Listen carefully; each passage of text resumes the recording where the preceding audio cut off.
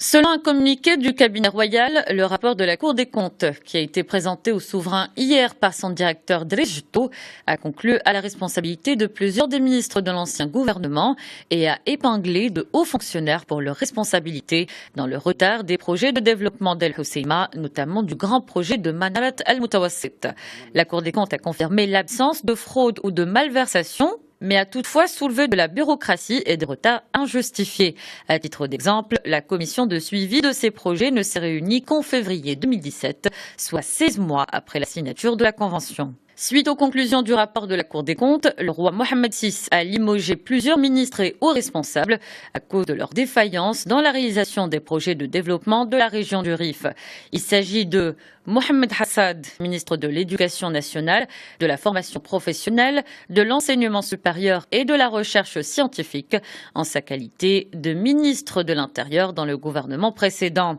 Mohamed Nabil Ben Abdallah, ministre d'aménagement du territoire national, de l'urbanisme, de l'habitat et de la politique de la ville, en sa qualité de ministre de l'habitat et de la politique de la ville dans le gouvernement précédent. Hossein Wardi, ministre de la Santé, en sa qualité de ministre de la Santé dans le gouvernement précédent.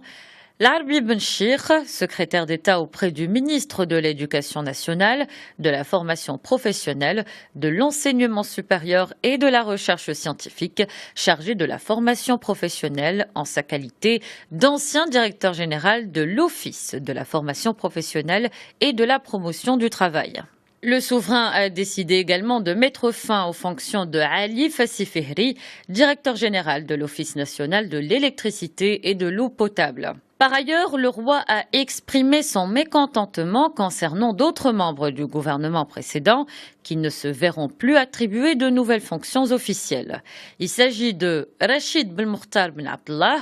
en sa qualité d'ancien ministre de l'Éducation nationale et de la formation professionnelle, Lahsen Haddad, en sa qualité d'ancien ministre du Tourisme, Lahsen Skouri, en sa qualité d'ancien ministre de la Jeunesse et des Sports, Mohamed Amin Sbihi, en sa qualité d'ancien ministre de la Culture, et Hakim Al-Haiti, ancienne secrétaire d'État auprès du ministre de l'Énergie, des Mines, de l'Eau et de l'Environnement, chargé de l'environnement. Le roi a également donné ses instructions au chef du gouvernement pour prendre des mesures disciplinaires à l'égard de 14 autres fonctionnaires de l'administration et soumettre des propositions de nomination de nouveaux responsables dans les postes vacants.